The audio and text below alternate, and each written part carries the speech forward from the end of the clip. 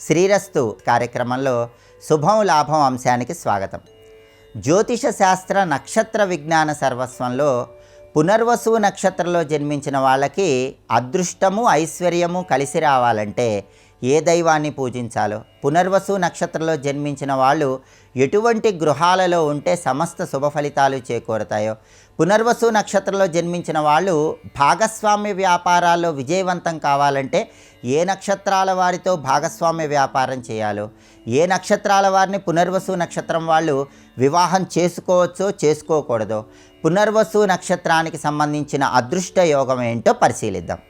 ప్రధానంగా ఖగోళంలో పునర్వసు నక్షత్రము 5 నక్షత్రాలు కలిసి ఒక ధనుస్సు ఆకారంలో ఎరుపుతో కూడిన నారింజ రంగులో ప్రకాశిస్తూ ఉంటుంది.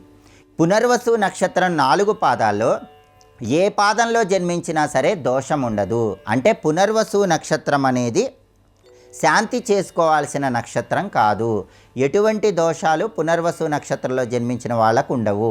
పునర్వసు నక్షత్రంలో 4 పాదాలకు సంబంధించిన అక్షరాలు కే, కో, హా, హి.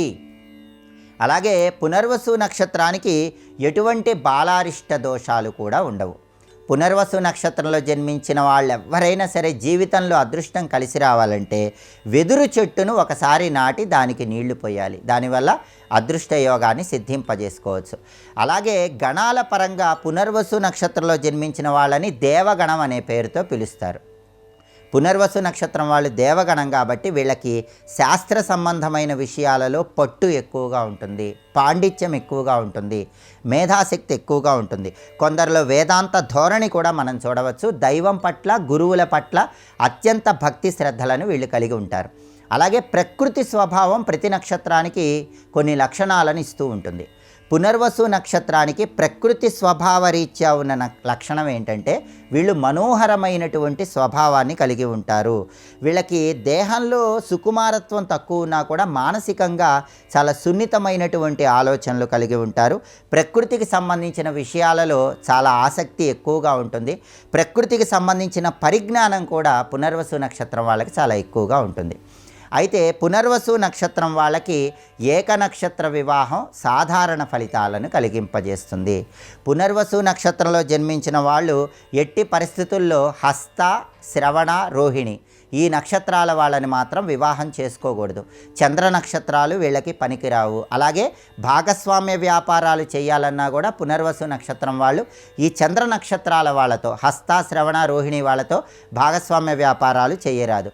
వీళ్ళకి బాగా అనుకూలించే నక్షత్రాలు అశ్విని, ఆరుద్ర, మఖ, మూల, అనురాధ, స్వాతి. ఈ నక్షత్రాల వాళ్ళని వివాహం చేసుకుంటే దాంపత్య జీవితం అనుకూలంగా ఉంటుంది.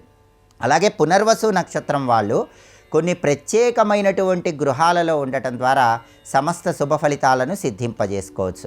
పునర్వసు నక్షత్రం మొదటి 2 పాదాలు కావర్గు కిందకు వస్తాయి. కావర్గు వాళ్ళకి ఆగ్నేయం స్వస్థానము, వాయువ్యం శత్రుస్థానం. కాబట్టి ఈ నక్షత్రం మొదటి 2 పాదాల వాళ్ళు ఆగ్నేయ గృహాలలో ఉండాలి.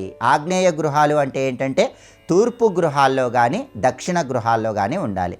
తూర్పు గృహాల్లో ఉండాలంటే పడమర సింహద్వారాన్ని కలిగి ఉండాలి. దక్షిణ గృహాల్లో ఉండాలంటే ఉత్తర సింహద్వారాన్ని కలిగి ఉండాలి. కాబట్టి మొదటి 2 పాదాల్లో జన్మించిన వాళ్ళు ఈ రకమైనటువంటి గృహాల్లో ఉండాలి.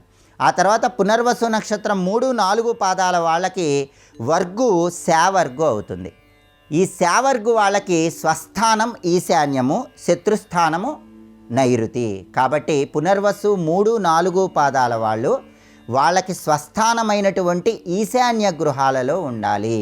అంటే తూర్పు గృహాల్లో కానీ ఉత్తర గృహాల్లో కానీ ఉండాలి. తూర్పు గృహాలంటే పడమర సింహద్వారం ఉండాలి.